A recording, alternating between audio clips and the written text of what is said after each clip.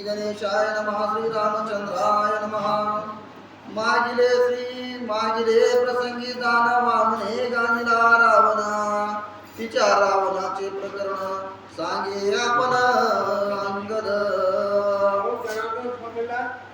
शरण जाऊन नाथ महाराज काय म्हणतात मागलच्या आठ्या दोघे कथा काय झाले वामनापासून तुलसीमध्ये रावणाच्या बापाला विनंती करून राजा बळी पुसवून त्या रावणाला सोडून आणलं परंतु कथा झालेली. आता ह्याच्या पुढची कथा अंगदाचं आणि रावणाचं काय बोलणं होतं हे कथा आपण सविस्तर ऐकायची आहे. पूर्व प्रसंगी स्वभावता झाली दो रावणाची कथा तिच्या रावणाची प्रौढता ऐक तत्वता लंकेशा. अंगद किती हुशार असेल अंगदानं सांगितलं हे लंकेश हे रावणा तुझी अशी किती फजिती किती वेळा झाले एवढी फजिती करून एवढा अपमान सहन करून तू मला म्हणतोस की मला शरण ये तुझ्या जीवामध्ये तुझ्या मनामध्ये बिलकुल सुद्धा विचार नाही. परी सतांगद वचन रावणारदी कोचकी बाण काही नचले अंगवन ऐके आपण कुसमुसित. रावण म्हणजे सगळ्या लंकेचा राजा होता तो सगळे तिथे राष्ट्राचा प्रधान सेनापती रावणाचे सगळे मोठे होते आणि एवढं ज्यावेळेस अंगदानं बोलायला सुरुवात केलं त्यावेळेस रावणाचा राजघात झाला. रावणाने खाली मान घालो मुखाने अंगदाचे शब्द ऐकायला सुरुवात केले. एक रावण मूर्खावेशी स्वय निघाला श्वेतदीपासी ते गती नचले विमानासी सेवकासी अगम्य. आता रावण म्हणजे कसा आहे आगमामधला आगम म्हणजे मूर्खामधला मूर्ख आहे ही एक झालं. दुसरी गोष्ट विमानामध्ये बसून काही भानगड काही करत असताना हे काय काय किती काय केलं हे अंगद रावणाला म्हणू लागले. मागे सांडोनी विमान रावनिया सेवक जन एकला निघे रावण मूर्खाभिमान क्रोशी. आता रावण कसा आहे अंगद भिला मनाच्या ठिकाणी अंगदानं रावणाला मूर्ख म्हणायला सुरुवात केली. मूर्ख वेडा म्हणायला सुरुवात केली. तुला अक्कल नाही एवढे सगळे सोडून दिलास आणि एकटा विमानामध्ये बसून निघाला तुला बिलकुल सुद्धा मनाच्या ठिकाणी विचार केला नाही.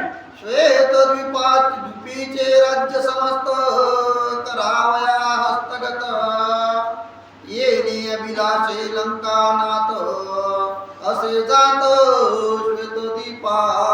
अंगद तुम्हाला रावणाला बोलत आहे काय म्हणत आहे कुठून कुठपर्यंत कथा सांगत आहे. श्वेतद्वीप म्हणजे तुमचा जर एक देश आहे देश त्या देशामध्ये आपण स्वारी करायची किंवा लढाई करायची असं मनाच्या ठिकाणी रावणाला ठरवलं आणि आपल्या बरोबर काहीच न घेता विमानामध्ये स्वतः कसा बसला मोठ्या अभिमानाने गर्वाला बसून निघाल्यानंतर पुढं काय झालं. श्वेतद्वीपासी जाये आपण नारद जाऊ न शके आपण ते बापुढे रावण मशक कोण प्रवेशे. श्वेतद्वीप नावाचं जे ठिकाण आहे ना ठिकाण ती किती अवघड आहे म्हणून सांगितलेलं आहे ग्रंथपत्याला. नारद स्वर्गलोक पृथ्वीलोक आणि पाताळलोक त्या सगळ्या लोकांमध्ये नारद फिरत होता पण ही श्वेतद्वीप जो देश सांगितलेला आहे प्रांत सांगितलेला आहे ना या ठिकाणी नारदाला सुद्धा जायला प्रवेश नव्हता एवढं अवघड होतं आणि त्या श्वेतद्वीपामध्ये जाण्याकरता रावणानं मूर्खपणाने निवड घेऊन निघाल्यावर रावण चालता षण्मास श्वेतदीप ठाके त्यास मार्गी सिनला बहुस परम क्लेश पावला. आता त्या श्वेतद्वीपाला आपण जायचं आपण बघायचं असा विचार ज्यावेळेस रावणाला करून किती दिवस चालत राहिला 6 महिने लागले 6 महिने पण त्याच्या डोळ्याला जो श्वेतद्वीप नावाचा प्रांत किंवा देश दिसला नाही. शेवट रावणानं थकून मनाच्या ठिकाणी काय विचार केला न कळे उदय अस्तमान न मिळे अन्नना जीवन नसे बसावया वस्तीचे स्थान दशानन अति दुःखी. रावण ज्यावेळेस श्वेतद्वीपाच्या मार्गाला लागला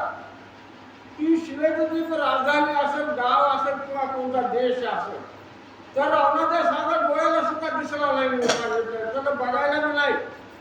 पुन्हा रस्त्यामध्ये रावणाला खाण्याकरता कुठला झाडाचा पाला मिळाला नाही, कुठलं फळ मिळालं नाही, अन्न सुद्धा मिळालं नाही. एवढंच नसून पाणी मिळालं नाही किंवा थोडं विश्रांती घ्यावं असा रावणानं मनामध्ये विचार केला. पण विश्रांती घेण्याकरता कुठं त्याच्या नजरेला गाव पडलं नाही किंवा झाडाची सावली त्याला दिसलेली नाही. असा कासा झाल्यावर पुढे लक्षणा पै स्पष्ट मागे यावया बुडला वाट भ्रमर चक्री दशकंठ परम कष्ट पावला. अशा ह्या भानगडीमध्ये ज्यावेळेस रावण सापडला त्यावेळेस रावणाने विचार काय केला, आता आपण ते पुढे कुठं जायचं होतं ना, त्या पुढल्या गावाचं नावच सोडून द्यायचं, म्हणजे पुढे जायचंच नाही. आता काय करायचं, आपण आपल्या लंकेला परत जायचं असा विचार मनामध्ये केला. पण रावणाला लंका कुण्या दिशेला आहे आणि आपण कुण्या दिशेला आलो हे तर भानच राहिलं नाही. एखाद्या वेड्यामध्ये जमा रावण झाला. निरंजनी विजनवासी रावण रडे उपसाक्षी कोण संभोखील त्यासी परदेशी एकाकी. अहो रावणाच्या त्या देशामध्ये त्याला अवस्था काय झाली म्हणून सांगितलं. रावणानं अन्न हुडकलं, त्याला खाण्याकरता काही मिळालं नाही, झाडाचा पाला सुद्धा मिळाला नाही. एवढंच नसून रावणाला दिशा कुणीकडे आहे, पूर्व कुठं आहे, पश्चिम कुठं आहे, दक्षिण कुठं आहे, उत्तर कुठं आहे हे त्याने भान राहिलं नाही. पण लंका कशी, लंकेमध्ये आपण कसं पोहोचू म्हणून मोठमोठ्या रावणाने ज्यावेळेस लढायला सुरुवात केली त्यावेळेस रावणाला रडू नको, तू शांत हो असं समजायला त्या ठिकाणी पुत्र सुद्धा नव्हतं. बरोबर. जळ न्यावया नगरांत गंगा प्रवाहे श्वेत जळवाहका दासीची मात ऐके निवांत रावण. आता रावण म्हणजे कसा झाला, त्याच्या मनाच्या ठिकाणची अवस्था कशी झाली. ज्यावेळेस गंगेचं पाणी म्हणजे गंगेचा प्रभाव चढ उतारा तिथं पाणी वाहिल्यासारखं दिसतं. पण ज्या ठिकाणी मोठा ढग आहे त्या ढगामध्ये चुळभर सुद्धा पाणी आपल्याला हल्ल्या दिसतं का दिसत नाही.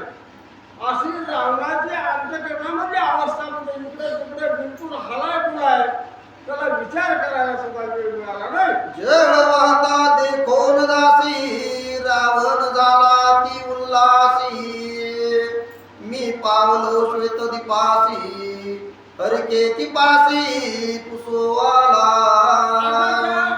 नदीच्या पाण्याकडे पाहत पाहत त्याला थोडं वाहतं पाणी दिसलं, चढ उतारामध्ये वाहतं दिसलेलं आहे. त्यावेळेस रावणानं मनाच्या ठिकाणी विचार केला, बरं झालं म्हणजे आपण एवढे कष्ट सहन केले, एवढं आपण बेजार झालो की आपल्याला या काही श्वेत जीव भेटल्याशिवाय राहणार नाही असा मनामध्ये विचार करू. देखोनिया दशमुखासी स्वये विनोदे धरती त्यासी खेळणे कराव्या दशशिशी कौतुकेसी आणिला. आता श्वेत दीपाच्या ठिकाणी ज्यावेळेस रावण इकडे तिकडे फिरू लागला त्यावेळेस कोण धरलं, स्वये विनोदे धनुषी त्यासी दहा मुखे 20 हात दहाई शिरे मुकुटांकित अभिनव किडे आले तेत दासी धरित साक्षपे. आता रावण किती बलवान होतं, आपल्याला काय एक मुंडक पण रावणाला 10 मुंडके होते. मग 10 मुंडक्याला 20 डोळे राहणार ना, 10 मुंडके म्हणल्यावर 20 हात राहणार. एवढा बलवान सामर्थ्यवान रावण असून त्याला शेवट धूळ खावी लागली. त्यानं आपल्या तोंडामध्ये काय केलं, गवताच्या काड्या धरून इकडे तिकडे घाबरल्यासारखं बघायला सुरुवात केली. सोडवावया आपला प्रती नचले रावणाची शक्ती जेविका चिडिया परद्या हाती तैसी आरती धरियेला.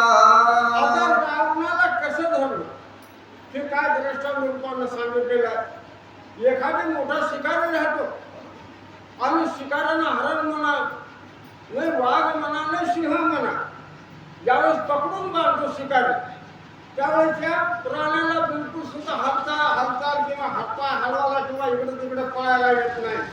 तसे रावणाला त्या ठिकाणी बांधून टाकलं. रावण मग त्या ठिकाणी कासावीस झाला. पारद हाती चिडीची चात, दासी पासी लंकानाथ, अडकला कुंथोत कुंथतो, काही सामर्थ्य चालेना.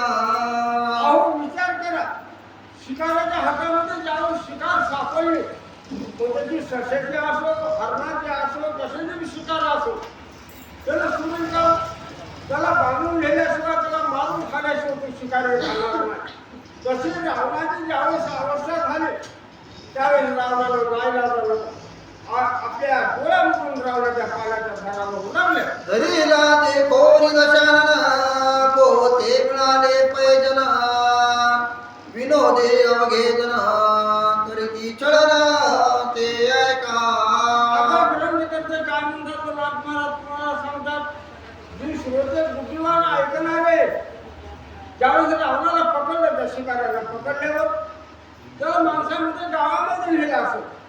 मग गावामध्ये नेलं किंवा माणसाने बघितल्यावर काय विचार केला, अरे एवढा मोठा लंकेचा राजा, त्याची अशी कशी अवस्था झाली म्हणून त्याला तिच्याकडं रस्त्यानं नेत असताना लोक बघू लागले, हसू लागले. रावणाने एवढं लहान केलं. काळ्या घालोनी अनासी, विचकाविती दहाई मुकासी, टोले हनुनी आशिषी, डोळे विसी मिचकावी. आता ज्यावेळेस माणसाचा नाईलाज झाल्यावर बारके बारके लेकर सुद्धा माणसाला मारतात, तशी रावणाची अवस्था त्या नगरीमध्ये झालेली आहे. काही जणांना रावणाच्या तोंडावर मारायला सुरुवात केलं, काही जणांना रावणाच्या नाकामध्ये डोळ्यामध्ये असे काटकुळ्या टोकायला सुरुवात केल्या, काही जणांना त्याचा धुणार लाथा मारायला सुरुवात केली. एवढं रावणाची कुठं या दुसऱ्या देशामध्ये गेल्यावर फुलीची वाला सुरुवात झाली. एके हरुणी आलात, एक हरहुती नाचवित, एक गटांगळ्या देत, अवघे दात विचकावया. मला एखाद्या माणसानं चोरून करावं, अरे तो चोर सापडावा, त्याला किती जण मारतात, हातीपर्यंत मारता का मारून, कुणी डोक्यात बुकी घालणार, कुणी चापट देणार, कुणी ढोंगावर लाट मारणार, कुणी पाठीवर मारणार, कुणी ढकलून देणार. शेवट त्याला ढकलून देऊन रावणाला जमिनीवर पाच सुद्धा पाठवून टाकलं. राग स्वरे श्वान स्वरे, खर स्वरे गंभूक स्वरे, गुंकविती पहिले पुरे, गुंगर स्वरे पै एक. आता ह्या गोष्टीमध्ये काय रावणाची अवस्था सांगितली, लहान लेकरं कसा खेळ करते, कसा खेळ करते, तसा रावणाचा लहान लेकरं खेळ करायला रावणाला मारायचं सांगायचं कुत्र्याने भाऊ. त्यावेळेस रावणानं भाऊ कुत्र्याने भोकायचं, लगेच अजून दुसऱ्या पोराने मारायचं, बोलले गाढवाने आवाज हो आपण गाढवा. त्यावेळेस रावणानं नाईलाजानं गाढवासारखं आडायला सुरुवात केली. एक घालविती कोल्हाटे, एक घालविती हे लाटे, दुःख पावनी दशकंठे, मने येते कोठे मी आलो. अहो रावणाला ज्यावेळेस अशी लहान लहान मुलांना चेष्टा करायला मारायला सुरुवात केली. काही मुलांना त्याला कोंडाणा घातला, कोंडाणा. काही जणांना काय केलं, मुरपाटा टाकलं रावणाला, खाली मुरतावर पा. अशी रावणाची अवस्था झाल्यावर रावण मनाच्या ठिकाणी काय म्हणू लागलं, मला ह्या ग्रंथामध्ये येण्याकरता कशी बुद्धी सुचली असेल, मी कशा ह्यांच्या तावडीमध्ये सापडला असेल, मला आता ह्याच्यामध्ये कोण सुटका करेल, असं दुःख करत होता. अवघ्या मिळून या दासी, चेंडू करुणी रावणासी, एक टाकती एकी पासी, एकी चौपासी धावती. आपण लेकरं आपण चिंडू खेळायला बघताना चिंडू खेळा, इकडून चिंडूला लाट मारली तिकडे राहा, तिकडे लाट मारली इकडे येतो. अशी रावणाची चिंडू खेळीच्या वेळेस सगळ्यांनी करायला सुरुवात केली. त्यावेळेस रावण मार खाऊन शेवट कासावीस झाला. एकी टाकती एकी वरी, एकी झेलती माघारी, एकी उडती वरच्यावरी, दुःख दुर्धर रावणा. अहो खेळ खेळत असताना चिंडूचा आता ती वारेवार म्हणून एवढा त्याला इकडून बुकी मारली की तिकडून आत जर जात होता जाळीच्या पलीकडे, तिकडून बुकी मारली की आत जर इकडं, इकडून मारलं की तिकडून, तिकडून मारलं की इकडं, असे रावणाचे फजिती करायला सुरुवात केली. जळवते माझी शौर्य शक्ती, जळवते माझी प्रताप शक्ती, जळवते माझी यश कीर्ती, दासी झेलती तृणप्राय. आता हे मुलाने केलं तर केलं. शेवट बाळाने रावणाची ज्यावेळेस फजिती त्या दाशाने करायला सुरुवात केली, त्यावेळेस रावण काय म्हणतो, माझा एवढा मोठेपणा, माझे एवढे 10 तोंड, माझे एवढे 20 हात, एवढं माझं काही सुद्धा फायदा झालेला नाही. खरोखर त्या ठिकाणी मला मरण जर आवडतं करत झाला असा दुःखानं बोलू लागला. चाकाटली माझी बुद्धी, विध्वंसली माझी शुद्धी, येते कालो मी दुर्बुद्धी, वडिलो बंदी दासीच्या.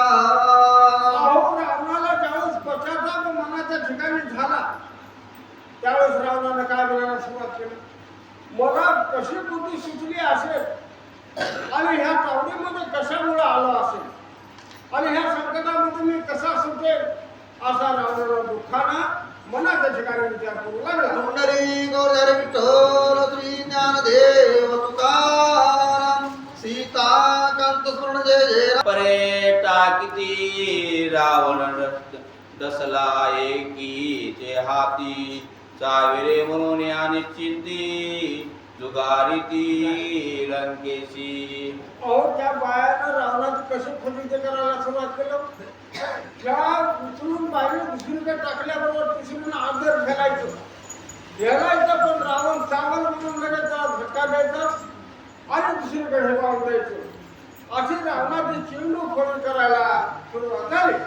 आदळता लंकापुरी सहोष्ट दाताची चकचुरी, नागतेंदले वाहे रुदिरी, राजद्वारी आकांत. आता एवढं पोर झालं, पद्म उचलणं आपट नको तिथे दातात होते, आपले राहील का. त्या रावणाचे 10 ठोकरामध्ये एक सुद्धा दात राहिला म्हणून सांगितलं. केवळ त्याच्या नाकामधून तोंडामधून भडभडा रक्त वाहू लागलं. अशी रावणाची अवस्था त्या देशामध्ये करून ठेवली. अंतरिक्षे संग्राम केला, तेथून रावण जुगारीला, तो आदळला लंकेशी. अहो, काय सामर्थ्य असे, एवढे रावणाची फजिती करून करून करून. आता आपण क्रिकेटचा खेळ बघतो ना, इकडून त्याला हल्ला तिकडून फजिती दिलेला, तसं त्याला ज्यावेळेस हल्लं फिरवायला, त्यावेळेस रावण कुणाला सरळ येऊन लंकेमध्ये रावण पडला. असे रावणाची फजिती झालेली अंगण म्हणू लागला.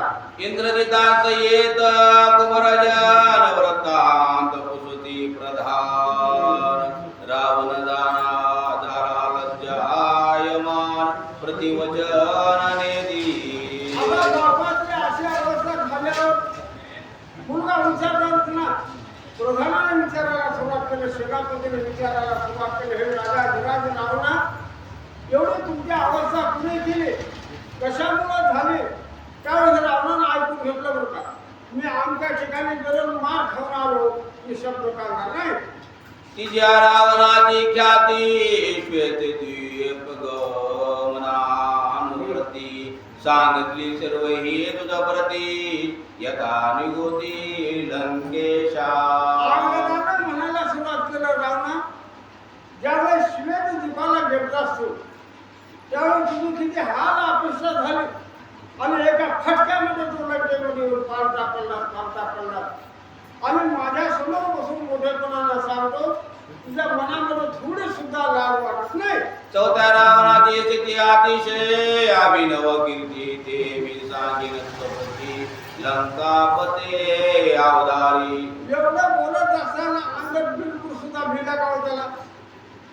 अंगाला म्हणायला सुरुवात केलं, रावणा, ह्याच्या पुढे तुझी काय फजिती झाली आणि एवढी फजिती होऊन एवढा तू निर्लज्जपणानं माझ्या समोर बसतोस ना, बरं तुझं बोलणार हजारी आणखीन तुझी काय फजिती झाली अंगात, रावणाला सांगत आहे. चौथा रावणा तूर बळी, ध्यान हस्त देखून या वाळी, त्यास धरिता कपट मिळे, तेने काखे तळे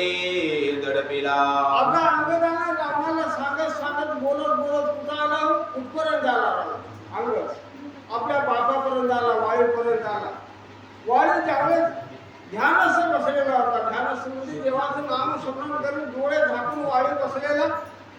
त्या वाळीला कपट करायला तू गेला सगळे रावणा गेला सगळं कपट तुझं वाळीच्या समोर चाललं नाही. शेवट तुला वाळीनं पकडलं आणि बगले मध्ये मारून काय तुला आपणाला तुम्ही ऐकू रावण घालून काकेतळी सवग ओढून या वाळी सप्त समुद्री करून आंघोळी ध्यानानुवे मिळे बैसला. आता विचार करा त्या वालीमध्ये सामर्थ्य म्हणजे अंगदाच्या बापामध्ये सामर्थ्य काय असेल. त्या वालीनं त्याला बगलामध्ये घातलं बगलामध्ये धरलं. रावण ते लहान होता का त्याला धातुंड होते एवढा बलाढ्य रावण बगलामध्ये दाबून धरला आणि सहज ह्या समुद्रावरून त्या समुद्रावरून त्या समुद्रावर किती समुद्राची 7 समुद्राचे आंघोळ केले. पण वालीला ध्यान नाही आपल्या बगलेमध्ये माकड आहे म्हणून आणि पुन्हा तसंच बगलेमध्ये रावणाला धरून ध्यान असते वाली बसल्यावर रावण दृढ लागली कळ चरपळ्या परी न चले बळ नाकी तोंडी बरडे कंचाजळ झाला विकळ ते मनाला विचार करून बघ. ज्यावेळेस वालीने तुला बगलेमध्ये दाबून टाकलं त्यावेळेस तू एखाद्या आळीसारखा किड्यासारखा तुझं त्या माझ्या बापाच्या बगलामध्ये करू लागला.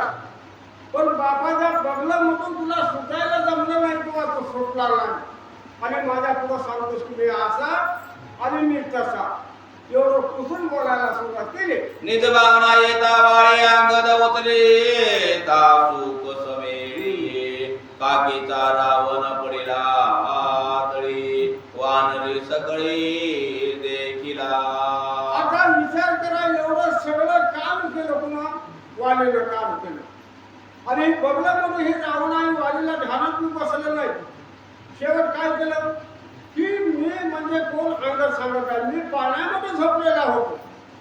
माझे वडील ज्यावेळेस वाली आले त्यावेळेस मला आपण कसं मिळून असं मिळून वर हात केल्याबरोबर रावणाचं तुझ्या बगलातून खाली पटकन करणार खरं सांग असं निर्वसना करून म्हणायला सुरुवात केली. 20 भुजा 10 शिर मुकुट कुंडले मनोहार कंठी विविध विचित्र हार अति सुंदर अंग दीप्ती. आता ज्यावेळेस खाली पडलास त्यावेळेस रावणा तुझ्या डोक्यावर 10 मुकुट होते. मुकुट म्हणजे कसं आताच्या सारखी ती डुप्लिकेट होते का प्युअर सोन्याचे मुकुट होते. त्याच्यावर जागोजागी हिरे आणि रत्न जडवलेले चमचमा चमकणारे आणि ते मुकुट तुझ्या डोक्यावर असल्यामुळे तू शोभायला दिसून आला. त्यावेळेस माझ्याकडे काय केलं तुझ्या अगोदर सांगणार आपण ऐकू. पाचू पद हृदयावरी मुक्त फळाच्या जालरी कटी सूत्र कटीवरी जळकतारे शूद्रगण. आता रावणा तुझ्या गळ्यामध्ये माळा कसल्या होत्या माळा एखादी रत्नाच्या हिऱ्याच्या मालिकाच्या मोतीच्या एवढ्या माळा शिवाय मुंडाच्या की सूर्य सुद्धा तुझ्या माळाकडे बघितल्यावर फिका पडत होता. 5 पद हृदयावरी ऐसा देखता वानरी अंगदाच्या पाळण्यावरी रावण बांधिला खेळण्यावारी हेमसूत्री विचार करा अंगदाने शेवट तू आणून ठेवलं. अरे रावणा तूच होतास नका दुसरा होता रावण दुसरा. ज्यावेळेस असा शोभायला बगलामधून माझ्या बापाच्या खाली पडला त्यावेळेस बापानं म्हणजे वालीने उचललं. मी पाण्यामध्ये झोपलेला होतो.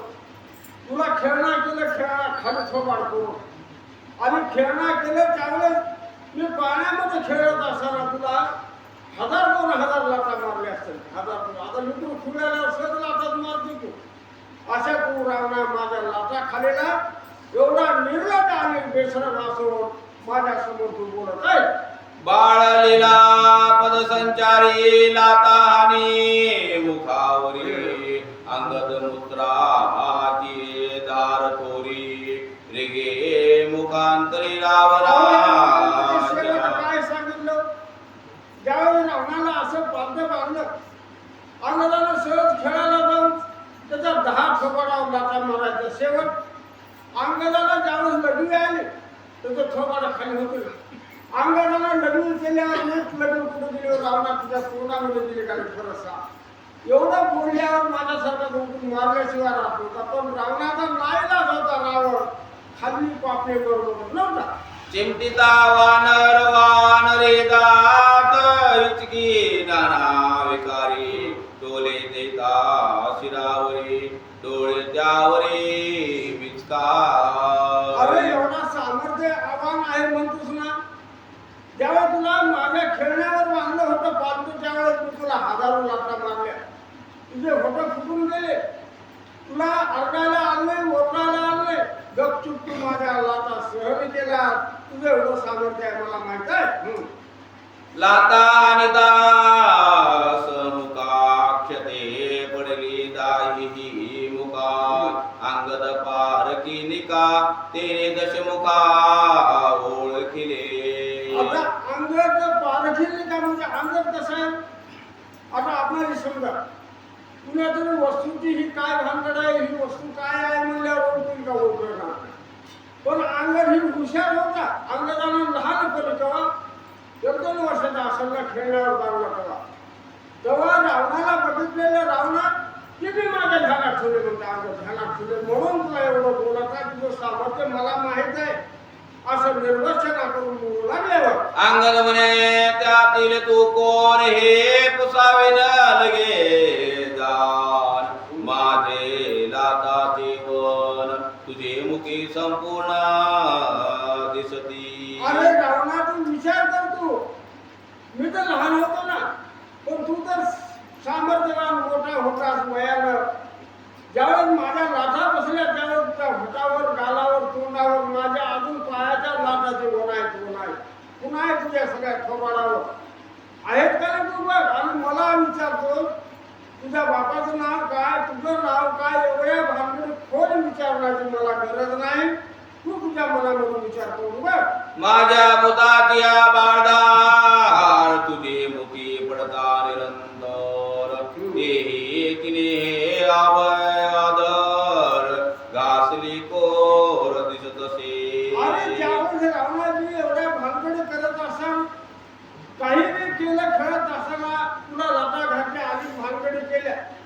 तू ज्यावेळेस मी लग्न केले ही कशी तुझ्या ध्यानामध्ये नाही. तू ध्यानामध्ये आण आणि मला त्याचं उत्तर दे. तो अतिशय हीन दीन प्रतिया पैसला सिया रावण तुझ कैती अंगवन करावयार मासी. शेवटला अंगदानं काय सांगितलं. अरे एवढा सामर्थ्यवान आहेस ही मला अगोदर चालू नाही चालू. तू कसा आहेस ही नाहीस, हिजड आहेस. एखाद्या बाईपेक्षा तू त्याच्या पलीकडचा तुच्छ आहेस. एवढं टाकून अंगदानं बोलू लागला. अंगदामध्ये एवढं सामर्थ्य कशाचं होतं. रामाच्या भक्तीचं सामर्थ्य होतं. अंगद रामराजामध्ये नावानं अंगद होता. मृत्यू लोकांमध्ये अंगदानं जन्म घेतल्याचं. अंगद कोण आहे. तुकाराम महाराजांचा अवतार अंगदानं घेतलेला आहे. त्या अंगदाला एवढी रावणाची पूर्ती केली. पुंडलिक वर्धर विठ्ठल श्री ज्ञानदेव तुकाराम सीता कांत सुमन जय जय राम महारुद्र हनुमान की जय.